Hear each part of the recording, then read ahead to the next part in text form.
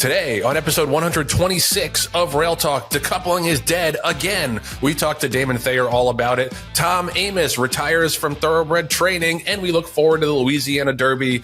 I'm Joe Bianca. I'm an ownership advisor at West Point Thoroughbreds, and I'm a little bit disappointed in our friend Mike Rapoli.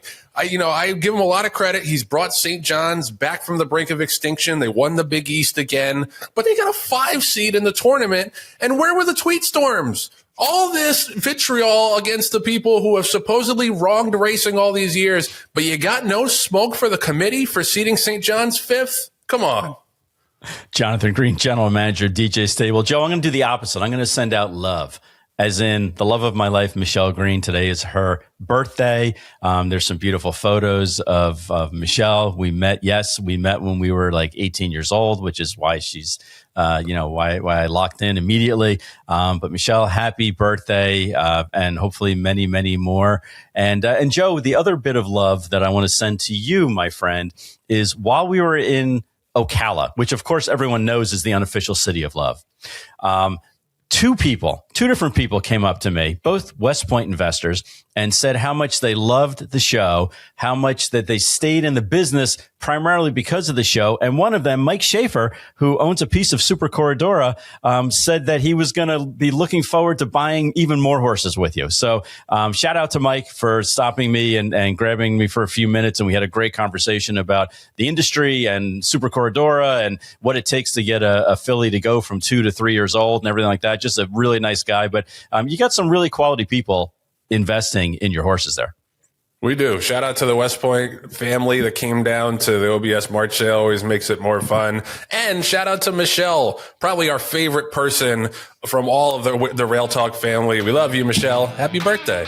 The opinions expressed on Rail Talk are those of hosts Joe Bianca and Jon Green and do not reflect those of anybody we work with or work for. Rail Talk is sponsored by Tailor Made. When you're with them, your family, we feel like part of the Tailor Made family. John and I were talking about this on the radio with Bick the other day, was the early votings and how much they've shown, even though he's only got like 50 something foals from his first crop. We've got 2. John and Len were interested in a couple. So that stallion roster, as I've told you, is very underrated. And I think beyond not this time, there's a lot of value that you can find. So go check out the stallion roster. But also they do partnerships. They do the sales as well. And they do boarding. And I think John's got some cutie new baby pictures of some foals on the Tailor Made farm. Yeah, Joe, you can see right here. It's our mare Polish a Diamond, who is the gray, almost white mare now, of ours, and her life is good filly, just frolicking in the sun, enjoying the beautiful weather. You can see that we get those photos every single month, Joe. And Polish a Diamond, of course, is the dam of multiple stake winning Lemieux, as well as multiple graded stake winning Brilliant Cut. But you don't have to have a graded stakes producer to be important to the Tailor Made team. They have horses that throw foals in the summer sales, book 1 in September, all the way to book 6. And the nice thing about it is there is not a drop off in service. Doesn't matter if you have $1 million yearling or you have a horse that maybe be coming up in book 6 at the September sale. They treat every single horse like it's a Kentucky Derby or Oaks candidate, and they treat every single owner like their family. No doubt. And it's the prime example of a soup to nuts approach where they cover everything. They cover the breeding, they cover the raising of the foals, they cover the sales, and they're on the racetrack as well. So go check them out at tailormadefarm.com.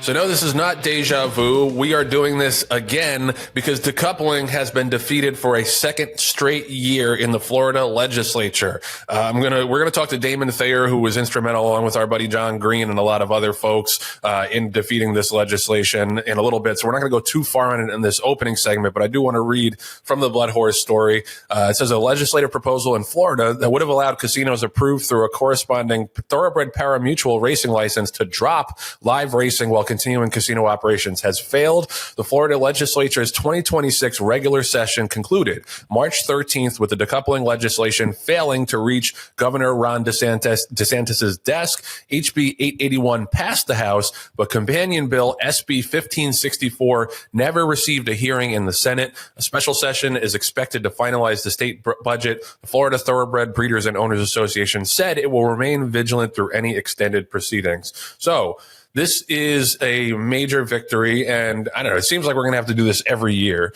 because we did it last year and DeSantis, said he wouldn't sign it, but, they came back again. Of course, DeSantis's term is coming up. So we're going to have to deal with a new Florida governor next year. But I do think that this is kind of a blueprint. I said this the first time that it got crushed in Florida, is that this should be a blueprint for people in the industry of what can happen when we work together towards a common goal. And the goal here was saving Florida racing. And listen, we're not in a great spot still with Florida racing. We still need an alternative site long term, since Gulfstream and the Stronach Group have no interest in maintaining racing there long term. But in a world where it's like the behemoths always win, the corporations always win, and especially with this administration, like they basically get to do whatever they want, deregulation, all sorts of corruption left and right. It's very heartening to see a bunch of people in a scrappy industry, and we are a scrappy industry. I understand there's a lot of well-heeled people in this business, but numbers-wise, we don't match up to the great lobbyists of all time in Florida, but they banded together and they beat this back again. So it's a lesson to me for anybody who's like defeatist about these kind of things. Racing is going to go away here and go away there, and it'll be done, and it'll be only in 2 states. Not necessarily. Get some organization going, raise some money, fight the good fight, and this is what can happen. And Joe, I think that the main point of this whole thing is what you were just saying. If we band together, we have an opportunity to succeed. And I know we talk about, banding together and for aftercare, or banding together to try to, right the wrongs of the industry or the CAWs or whatever you want to say, is in the crosshairs that we should be helping and working on together as an industry, because for far too long, we've been just protecting our own fiefdoms. And this was really the first time that I can remember, I've said it before, where different groups with very different agendas came together and basically said, the enemy of my enemy is my friend. Or, hey, we can work together and defeat this. And there was a lot of individuals and groups that went into doing that, ranging from, Thoroughbred Racing Initiative, and Damon Thayer, our group, to the lobbyists that we hired, to the Florida Horsemen's Associations in Tampa and Gulfstream, to OBS Sales Company, to the multitude of farms and organizations and vendors in the horse industry that stepped up, not only with their effort and their time and their insight, but they also deposited donations and invested in the industry, basically by investing in our group at the Thoroughbred Racing Initiative. So I know I'm probably leaving a lot of people off, and there are some people that wanted to kind of be in the background and not have their names and organizations discussed. But from the bottom of my heart, and knowing everything and all the conversations that went on in order to make decoupling dead for another year, my sincerest gratitude and thanks for not only believing in us as a group, but also believing in the industry and believing that together we can defeat, what ails us. And you mentioned Mike Rapoli on the intro about where's the vitriol and the outrage about St. John's. I still think St. John's is going to be a Final Four team. They have that talent and the way the bracket breaks. But Mike was also instrumental in getting DeSantis down to OBS. And granted, OBS put on a great show for him when he was there, and we had all our ducks in a row. But it made it very easy for him to say, this is the industry that I want to back, and I don't want to kill it off and choke it off. And there were a lot of chess moves that went into making that and accomplishing that, that I won't bore everybody with. But Joe, it was a yeoman's effort by so many individuals and so many groups. And like you said, it just shows that, like, if we get together, there's enough great minds in our industry, phenomenal entrepreneurs in our industry, that can basically get shit done. Yeah, no doubt. And, hat tip to you and Mark Cassie and David O'Farrell and Damon, obviously, and Doc Eiseman, the people who were really instrumental in this, and everybody who donated time, money, effort, whatever it was. You have a hand in the continued survival of Florida racing. And as I mentioned, this fight isn't over. This is going to be something that I think is going to be ongoing. But I think that we sent a message that, hey, don't fuck with horse people in Florida. we're not messing around. We're not going to lie down and let you walk all over us and let you kill our industry. We're going to have something to say about it. And just, it's an incredibly gratifying thing to see, like you say, in an industry where everybody's at each other's throats all the time. Everybody's just looking out for number one. This is a scenario where everybody was looking out for the greater good of the sport. Yep. And Joe, we were both down in Ocala at the sales, when all this was kind of coming down and going on. And I don't know about you, but there was like a euphoria feeling at the sales,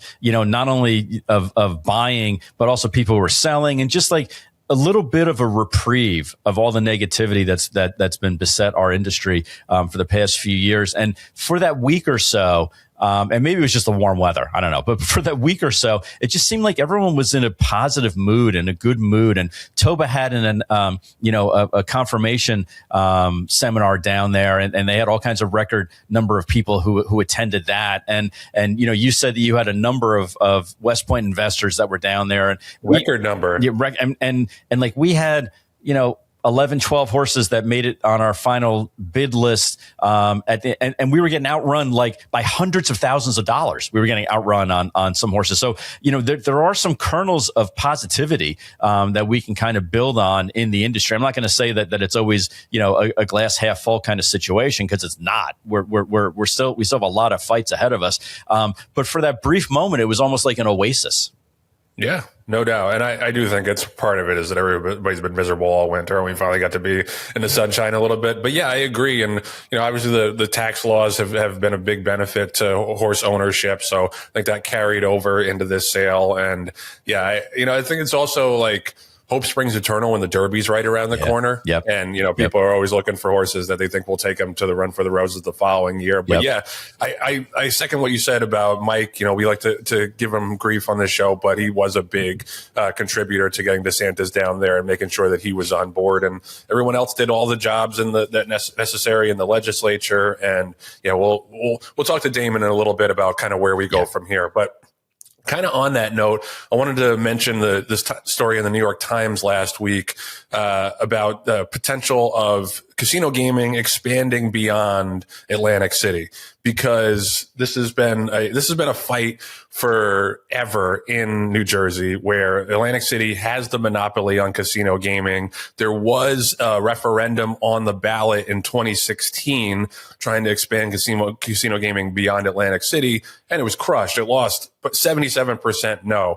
That being said, I think the tide has turned a little bit because of the 3 casinos that just got approved to be built across the river in New York City. Yep. And now there's major competition. Now, New Jersey already loses a bunch of gambling dollars. People going to parks. People drive to parks, because if you're not familiar with the geography of New Jersey, Atlantic City is way out of the way. Like, it's not easy to get to Atlantic City. It's like 2 hours from New York City and hour plus from a lot of places in Jersey. It's 70 miles south of Monmouth, which is already not really in North Jersey. So I do think they're leaving a lot of money on the table.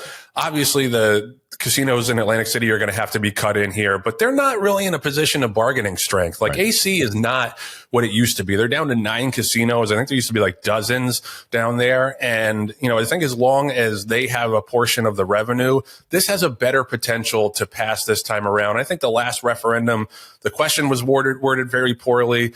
This time, there's a new bill that's been introduced by a couple of state congressmen, one Democrat, one Republican.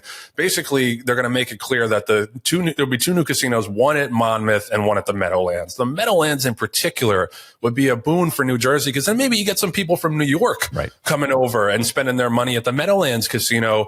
This is hopeful for me, John, and we talked about it before, how Monmouth is really up Schitt's Creek without some kind of casino revenue, and they're down to 50 days. Dennis Drazen had said, if the purse subsidy goes away, they'd probably go down to 25 days, in which case you don't really have a state racing product. If you're only racing 25 days, you might as well be Idaho. And this is like this is a thing that the industry needs to get behind as well. Now, the bill has to be passed because it's a constitutional amendment that has to happen. It's written in the New Jersey Constitution that the Atlantic City goons get all of the casino revenue.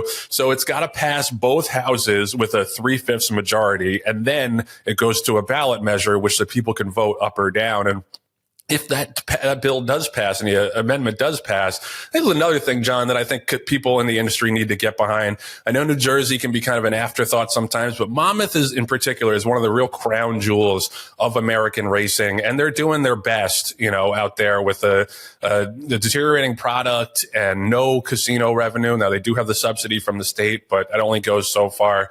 This is another thing that I think should be on people's radar, John. If this is on the ballot in New Jersey in the fall, it's going to take some lobbying and take some advertising to get people educated on why this is a good thing for the state.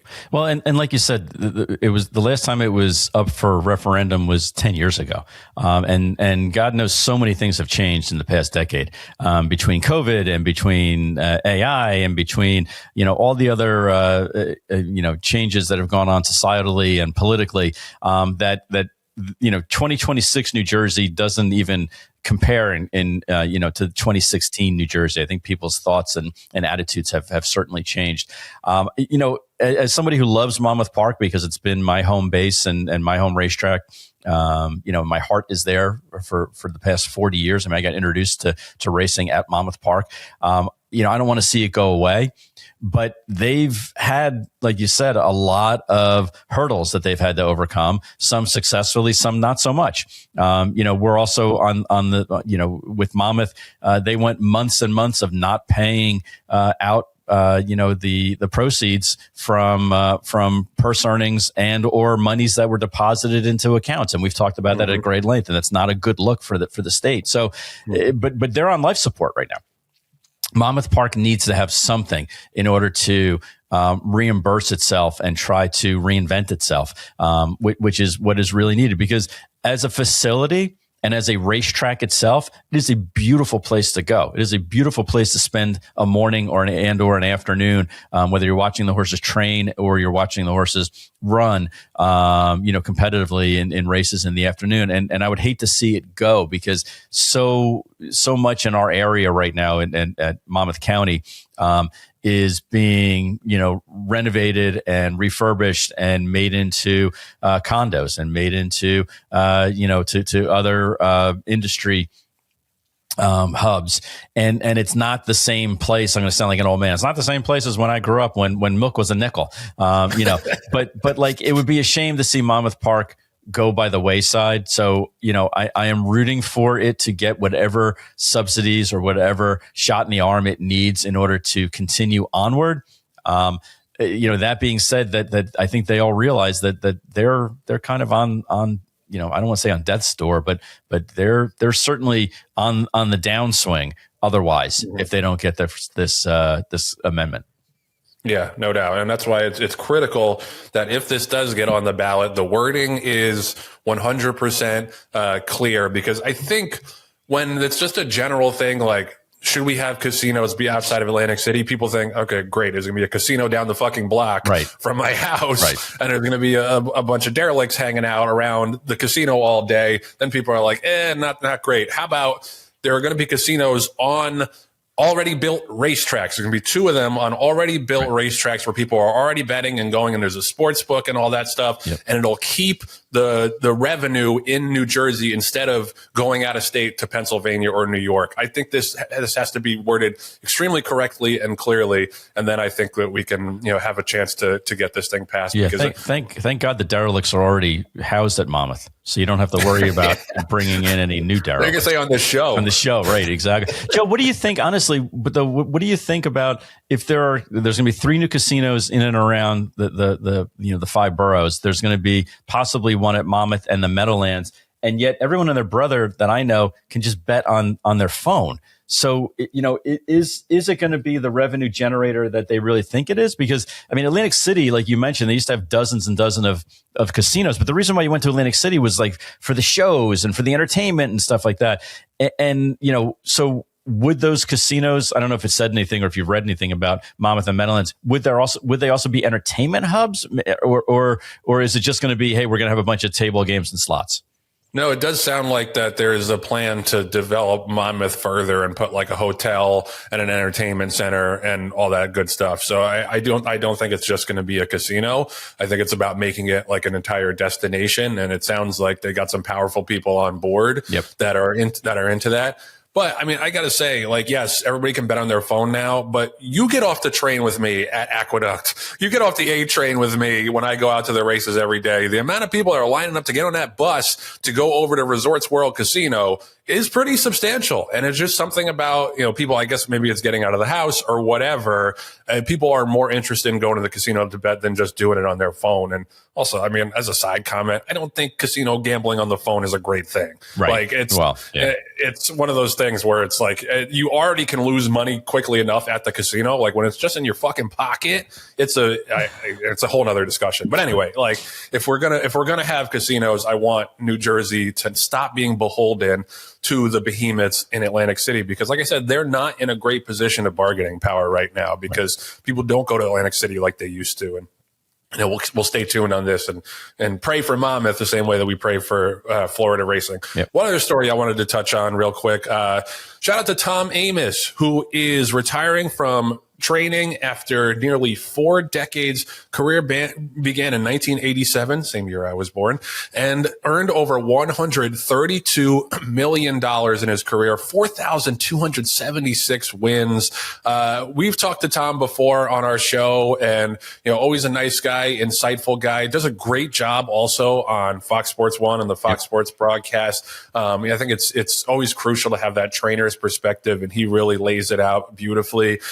And he's gonna hand the reins along to his top assistant, Kinnan LaRose. Great soap opera name, first of all, but sounds also like a really good dude and a really good horseman. Was a captain on the Sacred Heart basketball team. How about that? Wow. In the mid 2000s and late 2000s. So, it's one of those things. Tom is 64, and he sounds like he's ready to, do a little bit more just what he wants to and what he doesn't have to, not necessarily what he has to. Saw some great quotes from him where he was like, and shout out to Katie Petruniak, our friend from the TDN, who put out a great story about this.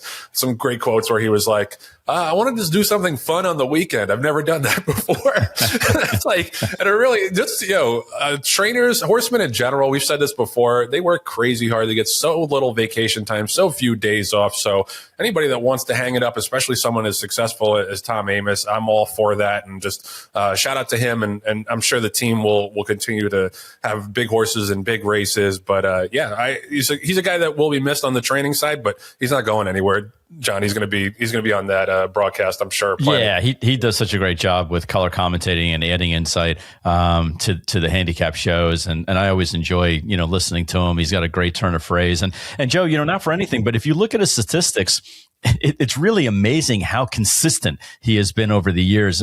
His numbers, for the most part, are between 18 and 27% wins and 50 and 66% in the money, and the majority of them are through claiming and high allowance horses. I mean, he's a guy who had won a couple of grade ones with Heritage of Gold, Serengeti Empress winning the Kentucky Oaks. I think is probably the high point of his career. Hoosier Philly, who was a multiple grade 2 winner and grade 1 competitor. So a lot of fillies that he had over the years, Rise Up, Lone Sailor, a couple of colts as well that made over $1 million. But most of his races, most of his almost 4,300 wins in his career, were like the meat and potato horses, and he dominated in the claiming ranks for so many years. Again, look on Equibase and you look at his stats, and really the past couple of years have been quote unquote down years because he's only been winning 20% and in the money 50%. But all the other years, prior to that, were like 27%, 33%, 31% win, 30% win, 20%. It's really amazing. Yet his average per start numbers, you can see that he was running a lot of claimers and running 500 starts a year, primarily in those ranks. Yeah. For sure. I mean, he definitely worked his way up, and he finishes with 11 leading trainer titles at Fairgrounds, and he's a New Orleans native, obviously. Introduced to the game through his buddy Al Stallfellow, Louisiana native. Worked for Jack Van Berg, Frank Brothers, Larry Robideau, John Paracella. Got his 4,000th victory in 2022, and he's got multiple titles at Churchill as well. So I'm sure we'll see him around. It'll be interesting to see what Kinnan LaRose does with that stable. But shout out to Tom Amoss, excellent career, and we'll see you on that broadcast. Real Talk is sponsored by Epic Insurance Brokers, one of the nation's top retail insurance brokers, providing expertise across key lines of insurance like property and casualty, employee benefits, and unique specialty insurance. Speaking of unique and special people, Chris Moore leads Epic's equine specialty practice, and I got to see Chris down in Ocala a couple times at the Tiki Bar, even at the hotel. He was everywhere, and he'll be everywhere for you because you see him all over the place at the sales, at the races. He's got horses himself. He breeds horses. He even owns a piece of a couple of West Point horses as well, which I always forget because I know him so well from the insurance world. And, you know, he's a fount of knowledge when it comes to what can be a very messy situation in insurance for race horses. A lot of equine mortality policies renew around yearling sales time. So a lot of you listening are probably halfway through your policy. Great time to review your current plan. Make sure it's working the way it's supposed to. If you got to update horse values, which we do a lot at West Point, where do you stand on your deductible? Give Chris a call or shoot him a text at 317-650-4519. I'm sure he'll be back down in Ocala for the April sale as well. So always a great hang and always obviously one of the most knowledgeable people in the industry. And that leads us to this week's Epic Performance of the Week. Right, this is going to be a group epic performance of the week, and it goes to Colonial Downs and all the folks who showed up on Saturday for Virginia Derby Day. Now, this is not an easy ask because the Virginia Derby used to be in September on turf. And now it's all the way up in March, and it's like completely rejiggers the calendar at Colonial Downs, but people have responded. A sellout crowd of more than 9,700 Virginia race fans showed up for the race and shattered the previous record handle. Last year's record was 6.5 million, and they bet this time almost $8 million, $7.8 million, and eclipsed last year's attendance of more than 8,000. So want to give a hat tip to everybody at Colonial Downs, you know, similar vein to Monmouth, where they do a great job bringing people out. I think the team at Colonial does a really, really good job getting people out to the races, especially, like I said, this is a new addition to the calendar this early in the year. So, and it's a great track. I've been there before. I was there in the summer when it was 9,000 degrees. I wouldn't mind being there in March for the Virginia Derby. But John, it's always great to see tracks doing yeoman's work to bring folks out to watch live racing and seeing them respond with their betting dollars. Well, and Joe, they took a chance. They basically said, we're gonna take over this race. We're gonna move surfaces from the turf to the dirt, and we're gonna open up our racetrack for a weekend only. Basically, you know, a boutique type weekend to try to encourage people to come out. And Joe, what people may not realize is that, like, on Thursday and Friday, it was snowing there. There was snowing when we were running horses at Colonial Downs, and yet, like you said, a record number of people came out. Almost 10,000 people came out to the races, bet $8 million. So they were all betting hand over fist. Good quality races. You know, again, the Virginia Oaks and the Virginia Derby adding points to their respective participants for the Kentucky Oaks and Kentucky Derby. And just overall, a great place to be in the first weekend of March. Second weekend of March. Close enough. Close enough. Yeah, that's well said, well summed up. So hat tip to Colonial and all the folks who showed up on Saturday. Keep that thing rolling through the summer meet. It's a great product. We bitch a lot about short fields on this show. That's not something you usually have to worry about in a Colonial, especially with that turf course. So keep up the great work, guys. Colonial Downs and all the Virginia racing fans who showed up on Saturday. This week's epic performance of the week. Rail Talk is sponsored by the Green Group, the #1 accounting firm in the horse business. No other CPA firm knows the horse industry like they do. Len and DJ have over 200 horses, won over 2,600 races. Green Group's got close to 1,000 clients in the horse business because they make them money and save them taxes. As always, there's a special exclusive offer for you, listener of Rail Talk. I know a lot of people have taken advantage of this, and you should be next in line. There's a complimentary confidential half-hour consultation in it for you if you call the number. And what's that number? Our friend Michael Agresta. 732-634-5100. Green Group. So That's great. right. So Or, great. Excellent. I know we need a whole album full of jingles, Michael. Get on it, please. And, or you can go to greenco.com. But you don't have to take it from me. Take it from the president of OBS, Tom Ventura. Shout out to Tom and the team at OBS. Record numbers at the March sale, record average. Obviously trade was very, very booming all week long, and they always put on a great show, great sale to attend. And we always love when people in the industry come to Len and the Green Group and make the smart decision for their taxes. Let's hear from Tom Ventura. You know, Len has been a phenomenal friend, but for the industry, the horse industry has been good to him, but he has been so good to the horse industry. Well, the Green Group is so entrenched in the horse business that they have the expertise in the business, and they do OBS's accounting and auditing, and we can rely on them for sound, good advice, and we know that we have the people that have the knowledge, because this is a very unique business, and you have to have that knowledge to be able to give that good advice. And we know that he's not having to look things up because his mind is like a steel trap, and it's all in there. So all the people that work for the Green Group are wonderful to work for, and the leader is Len. Thank you, Tom, and thank you, Len and the Green Group. It was great to sit down with Len and Jon last week in Ocala, have a good chat, catch up a little bit. So we appreciate you guys as always. Did a great job picking up some nice horses at the sale. And obviously Len he's the man, and he is the authority when it comes to making sure you are getting every single tax benefit you could. And there's some new ones, as we've discussed, from last year's tax bill for your racehorse ownership or any kind of participation in this business. Len is that authority. So call them up at 732-634-5100 or go to greenco.com. So we're so thrilled to bring this next guest back to the Rail Talk studio, former Kentucky State Senator, bourbon impresario, and a key player in getting decoupling defeated in Florida, Damon Thayer. Welcome back to the show. Hey guys, it's great to be back on, and feeling pretty good about the way things went in Florida last week. Absolutely, as you should. And, we talked about it a little earlier. You deserve a lot of credit. Jon, Doc Eisenman, Mark Cassidy, David O'Farrell, and also all the people that donated time and money in order to defeat this bill. So let's spin it forward. Is this something that we're going to have to do every year, do you think? Or do you think there's been a message sent that, don't mess with the Florida racing industry because they come with, guns loaded?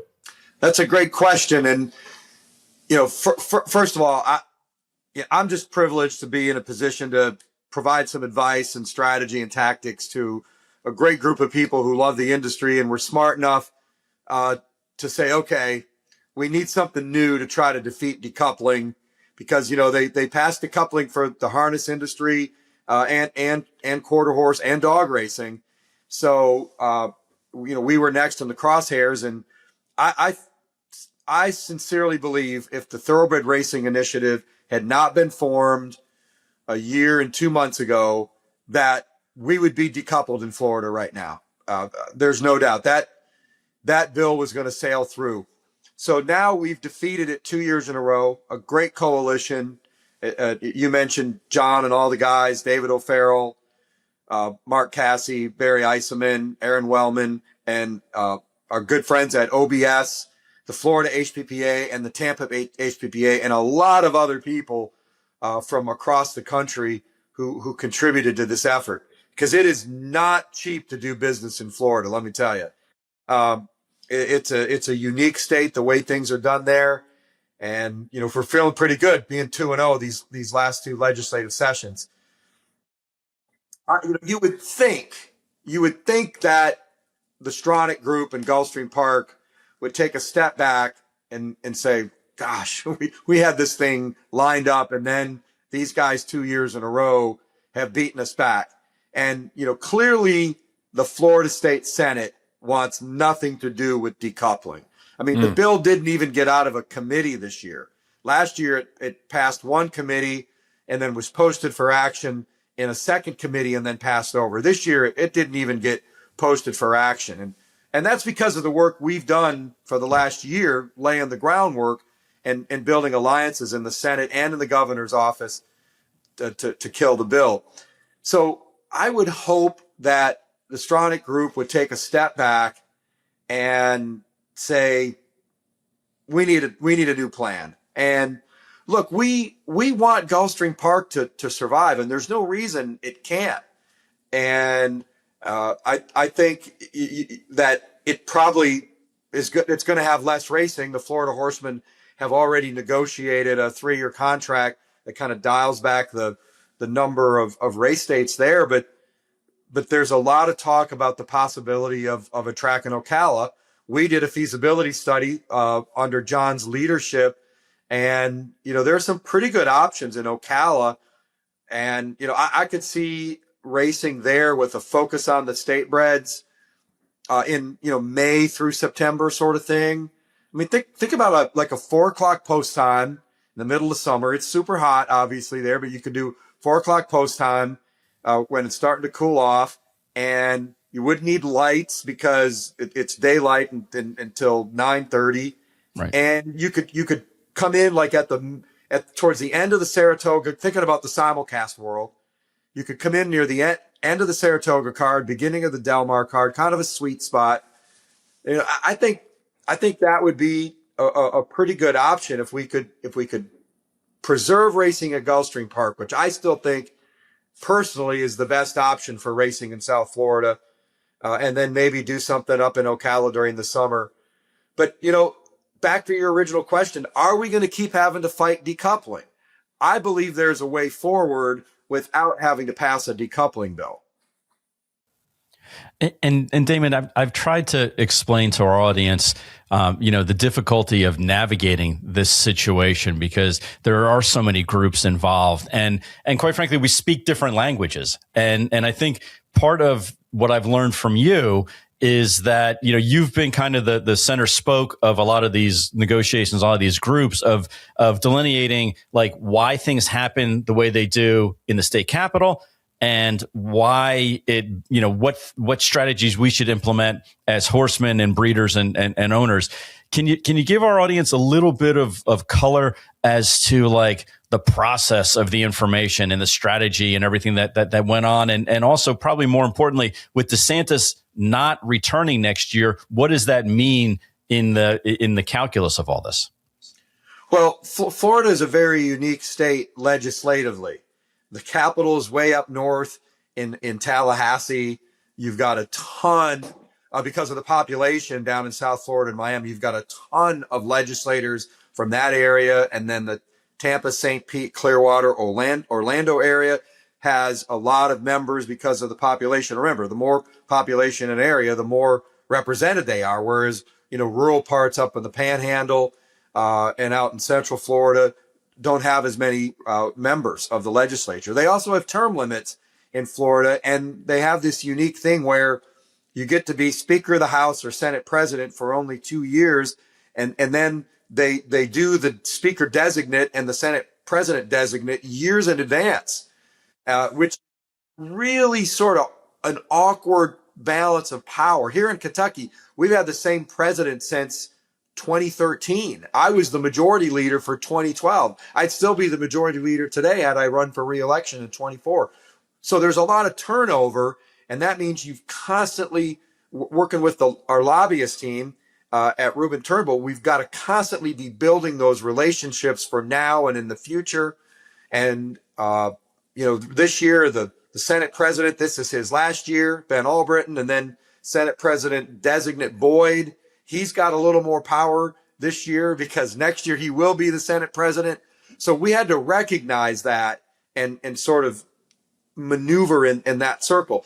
And then in the horse business, we've got two thoroughbred racetracks, 2 horsemen's groups, the Florida Thoroughbred Breeders and Owners. You got Ocala Breeder Sales. So you've got a lot of constituencies with different agendas. Horsemen have different agendas than owners and breeders. And the sales company has a different agenda than all those. And so we were able to get everybody together on multiple Zoom calls and actually in the room together talking about this to make sure that we were united. And it was a pretty impressive effort because, like you said, John, we do speak different languages. Now, to the DeSantis issue, my favorite governor, even before he helped us kill the decoupling bill, in full disclosure, I voted for Ron DeSantis in the 2024 Republican primary for president. And Right. There was a primary? in the primary. There was a primary? There was a primary. It was over in February. I must have missed that. But I still voted for DeSantis because he was on the ballot. There were 3% of Republicans in Kentucky who voted for DeSantis. That's how much I like and respect him and hope that maybe he could be president someday. I like his demeanor. I like his policy. I like the way he goes about things. More of a Reagan kind of style to him that I really appreciate. But I've gained a lot of respect for him when he really stood up for us last year. Now, he is term limited. My guess is, he'll pivot and focus on running for president in 2028. At least I hope so. But that's a very good question. Now, President Trump has endorsed Congressman Byron Donalds, which puts him in the favorites position to win that primary. But Florida has a very late primary. They don't have a primary until August. Now, Congressman Donalds is the favorite, but a lot can happen between now and then. Here in American politics today, everything changes daily. So you just don't know. I would think that whoever wins the Republican nomination in August is going to be the heavy favorite to win in November. And we're going to have to be able to pivot to build those new relationships. And it's already happening behind the scenes.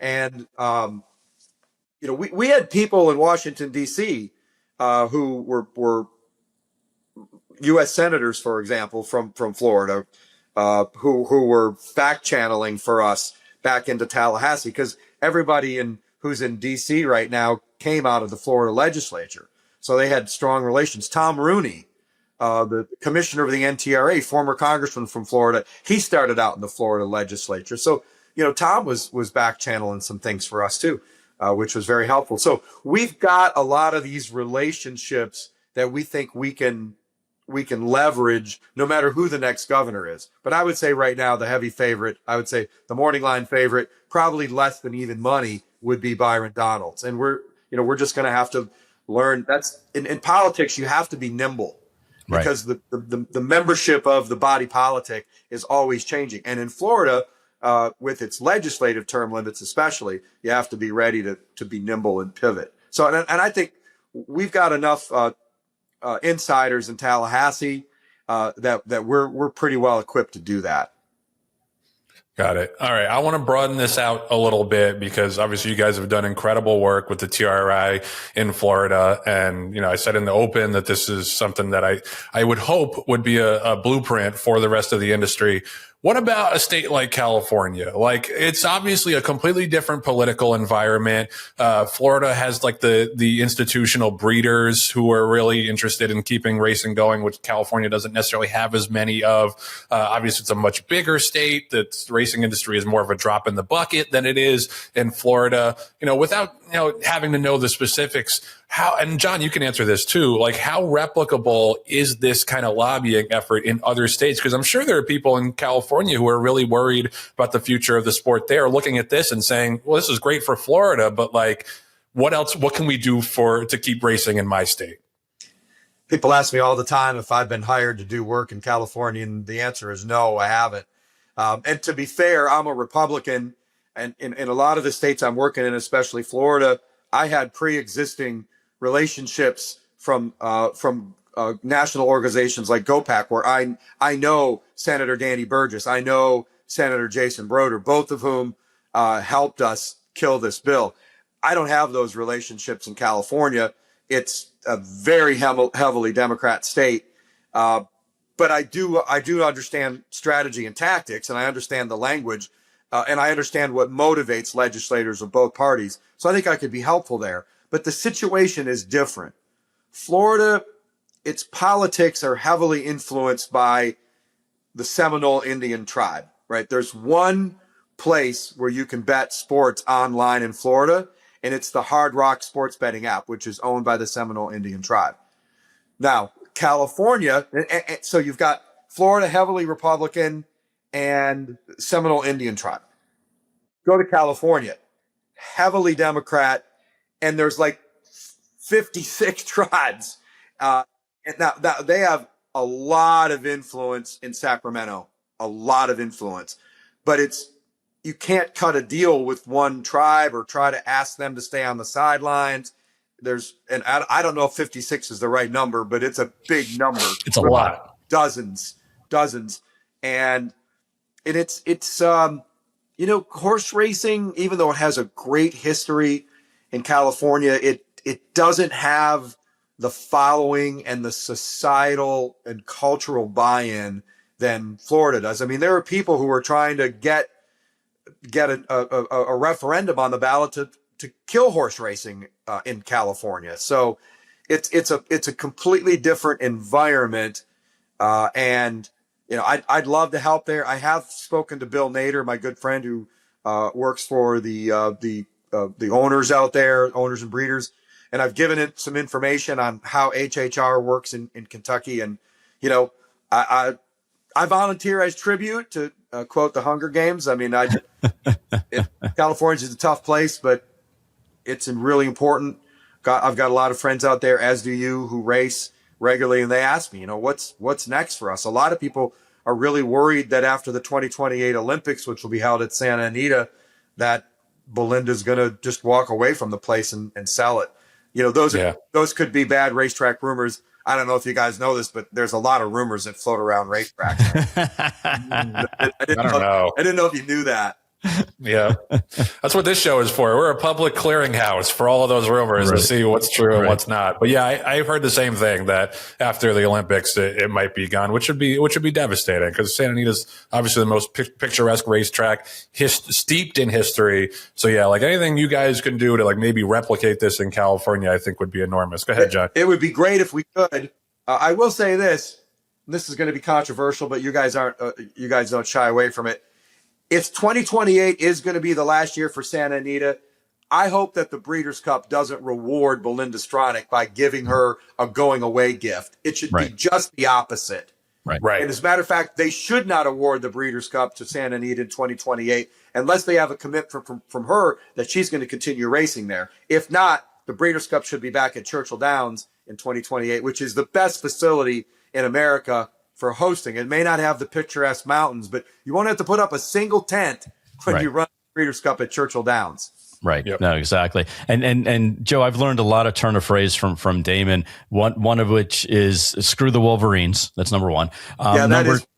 Number two is you always want to bring a knife to a ditch fight, which I had never heard before. What's a ditch fight? To a ditch fight, meaning like, if you're going to go hand to hand, you want to have that switchblade kind of in hand, which basically is all of Florida politics at that point. When and all of Florida, if we're being real. Exactly. And that is Kentucky. Kentucky produces two great things: racehorses and bourbon. And Damon, you have gotten me into your brand, which is Kentucky Senator Bourbon. I was not a big drinker of bourbon, and I loved it so much after going down there 3 years ago on the taste tour that we actually bought 15 cases just for ourselves. And I'm almost done with like 8 of them after 3 years. Oh but talk to the audience a little bit about how you got involved in bourbon, other than your drinking days, and why Kentucky Senator is the best bourbon in the bluegrass. Yeah, I actually didn't start drinking bourbon until probably my mid 40s. My political philosophy during 22 years in the Senate was removing artificial barriers to free enterprise. And so I found myself naturally gravitating to the bourbon industry as it tried to undo all these ridiculous restrictions that were enacted on the bourbon industry after Prohibition was repealed in the 1930s. I mean, you couldn't serve it on Sunday. You couldn't buy a cocktail at a bourbon distillery. You couldn't buy more than a couple bottles at a bourbon distillery. You couldn't serve food with bourbon at a bourbon distillery, just to name a few. So I started getting invited to all these bourbon groundbreakings and ribbon cuttings as the industry started expanding. And when you go to an event at a bourbon distillery, you're always going to get a free sample. So I sampled and thought, this is pretty good. And I have kind of a collector's mentality going back to, when I collected comic books as a kid. And I started collecting hard to find rare bottles of bourbon, like Pappy Van Winkle and the Buffalo Trace Antique Collection, Old Forester Birthday Bourbon. And I stumbled across this lapsed brand called Kentucky Senator that, as best we could tell, had gone out of business in the early 70s. And so my business partner, Andre Regard, and I, we revived the brand. We now own the trademark, and we just are getting ready to release our 7th release. It is coming out in the next couple of weeks. Each release is named after a different U.S. Senator from Kentucky. And this is named after my political mentor, Jim Bunning, former U.S. Senator, sort of plucked me from obscurity. I was treasurer of the Grant County Republican Party, a then 6-1 Democrat county. And he kind of helped me rise up the ladder through Kentucky politics. But as most of your sports viewers will know, member of the Baseball Hall of Fame. Yeah. Yep. Pitched for the Detroit Tigers and the Philadelphia Phillies. So it's a real honor for me to be able to name this bourbon after Jim Bunning. Of course, I know sales will go up because of the complete size of the Bunning family. 9 kids, 56 grandkids, and I don't even know how many great grandkids. Big Catholic family from Northern Kentucky. They love the horse racing business too. His son, Mark Bunning, and daughter-in-law Susan Bunning are very involved in the horse racing business. So we're pretty excited about this. We just bottled it up 10 days ago, and our distributor will be getting it out to bars and liquor stores and restaurants. And a new thing this year, you'll be able to buy it on our website. And we have shipping privileges through our Shopify store to 43 states. So kysenatorbourbon.com is the place to go if you live in the 43 states where direct shipping is legal. Excellent. Well, that's great, because my poor son-in-law and daughter had to contraband bootleg a lot of this to get to New Jersey. That was sort of the final straw. Andre and I said, we got to do something different here. So we made several changes in our business model, and it's all really thanks to the Green family. Well, I can tell you it's delicious. And again, I wasn't a bourbon drinker, and I quickly have become one, not only from working on a show with Joe Bianca every week, but also because, I like the taste of it. And it's just been, it's been a godsend, especially after some of these, decoupling meetings that we've come off of. Yeah. Bourbon makes everything better. And the John Edwards release that you have there is 7.5 years old, and it's the first in a 3-bottle vertical. And this Jim Bunning release is 8.5 years old, the second in a 3-bottle vertical. So it's the same mash bill, just aged an extra year. And so you'll be able to taste them side by side, and you can see what maturation and aging and climate, because we've had really hot summers and cold winters in Kentucky, which is great for bourbon making. Excellent. That's fascinating stuff, and congratulations. And I guess my case got lost in the mail, but we'll have to have one when I'm up in Kentucky, hopefully for the Derby or the Oaks. I know a guy. All right, guys. Good. Yep. Damon Thayer, thanks so much for coming on. Thanks for all the work you've done for Florida racing. I know all the horsemen really appreciate it. And let's talk soon and keep this thing rolling. Yeah, I think it's important to note that we did this not only for Florida, but also for the North American racing, breeding, and training ecosystem. Florida is incredibly important. I'm in a racehorse partnership with CJ Thoroughbreds. We bought 10 yearlings last year. All of them are now in training in Ocala. All 10 2-year-olds are at 4 different places in Ocala getting their pre-training. Yeah, that's where all our 2-year-olds are too, and it's integral to the growth and development of all of our thoroughbred horses, pretty much. So appreciate the time, Damon, and keep doing what you're doing. Thanks, guys. Thanks for having me on. Rail Talk is sponsored by Fasig-Tipton. Fasig-Tipton announced this week that they're revamping the Timonium yearling sale for 2026. New format, new date, restored name. The Eastern Fall Yearlings is what it used to be named, reflecting the sale's deep roots and enduring importance to breeders, owners, and trainers in the region. It's going to be more of a regional focus. They're going to reorganize the catalog. We'll spotlight the region's 6 state-bred programs: Maryland, New Jersey, New York, Pennsylvania, Virginia, and West Virginia. And the catalog will be structured to provide each state bred program with its own dedicated section with all yearlings from that state grouped together. Each section will begin with an introductory page outlining that state's breeding and racing incentives. That's an awesome idea. Like, and it's so great to highlight the state bred programs. So many of them, when they're kind of mashed together in these sales, don't get the spotlight that they deserve. So really awesome innovation. They're always innovating at Fasig-Tipton. And also, they're going to time it with the Maryland Million. So the sale will take place on Tuesday, October 27th, which is right around Jim McKay Maryland Million Day, which is the preceding Saturday at Laurel. So another great idea. Shout out to the team at Fasig. Always thinking ahead, always thinking outside of the box. And of course, we're really looking forward to the Mid-Atlantic 2-year-old sale, which is going to be Gallop only. And it's going to be interesting to see if that kind of sets the market going forward for, if people are willing to spend big money on gallopers. But regardless, it takes a lot of guts to do these things and to try new things and try to move the game forward again, like beyond just as what's good for their bottom line. Also, we got the March digital sale coming up March 19th through the 24th. Catalog is coming soon.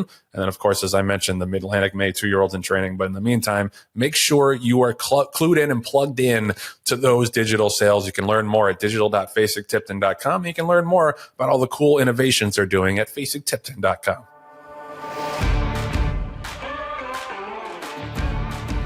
Okay, it is that time to update the Mage Rage Derby contest standings, brought to you as always by Mage and our friends at Airdrie Stud. As I mentioned last week, very, very exciting first yearling crop coming up this summer and fall for Mage. I think he's great value on the Airdrie Stud roster right now, standing for $15,000, I believe, and that's going to go up basically the second his horses hit the track, because I think he's going to be the first to prove good magic as a sire of sires, and obviously he's got the pedigree on the dam side as well. So I think that Airdrie does a good job in terms of building support by pricing their stallions reasonably, because I'm sure they could have gotten away with charging more for that, but it's like a no-brainer to see a Kentucky Derby winner out of that family and want to breed to him for $15,000. So I think that's going to jump up once we see the yearlings, and of course once we see him on the track next week. So shout out to Airdrie and shout out to Mage, one of my favorite horses of the last 5 years. All right, let's throw up the standings, which I'm told are correct this week by our crack executive producer, Julia Agresta. And of course, it's all Samantha Perry's world, and we're just living in it. She racked up another 50 points with Incredible, running away to win the Virginia Derby. Got a nice rail trip, skipped away in the stretch, and Sam's building up a pretty decent lead now. She's up at 239 points in first place now by a sizable margin. Second is our buddy John, who didn't have any action this weekend. He's at 195. Andrew is in third at 161. And the headline of the week is your boy climbing out of last place by a single point. I am now 1 point ahead of our friend Lauren Carlisle. The terrifying Lauren Carlisle is now in last place, 82 points. I've got 83 because I had Butane run fourth in the Virginia Derby, and that's how we do it, baby. We buried the lead, Joe. You buried the lead. What? It should have been Joe Bianca out of last place in the Mage Rage Derby contest. I know. I just didn't want to outshine Sam. There's plenty of time for that later in the contest. I wanted to give her credit and her just due. But yes, I agree. The bigger story is me no longer being in last place, and hopefully we can keep that going, because we spin it forward to this week's Louisiana Derby. This is $1 million purse, 1 mile and 3/16, and I have who is going to be the favorite. I saw an early morning line that he was 6-1. I imagine when they put out the final morning line, it's going to be much more reflective of reality. Emerging Market is going to run in the Louisiana Derby. Now, he did draw outside, but I don't really care that much about that. It's a super long run going into the first turn, and it's a challenge, John. He's only run one race. It was a 2-turn race at Tampa. Got the big figure, the 97. The only other comparable figures of anybody earned in this race is Chip Honcho got a 92 when he was second in the Risen Star, and Blacksmith, shipping in for Bob Baffert, we'll see if he actually comes, was second in the Los Al Futurity with a 94 buyer. Everybody else has been running in the 70s or the 80s. Flavian Pratt's coming in to ride. And honestly, I don't really care that Power Shift didn't run well in the Tampa Bay Derby. He had a tough trip in that race and got checked a couple of times and just kind of didn't pick up his feet after that. I think that's pretty common if you have run one time before and you're stepping up. So that's why the trip is going to be all important for our emerging market. But John, there's some other there's some other action that our teams have this weekend in the Louisiana Derby. Yeah, correct? you mentioned you have emerging market, number 9 in your program, number 1 in your heart. Lauren has not one but 2 horses in Louisiana Derby. It is the Lauren Exacta of Chip Honcho, as you mentioned, and Easterly coming in off a maiden win 2-turn race at Gulfstream Park for Brad Cox and Windstar et al.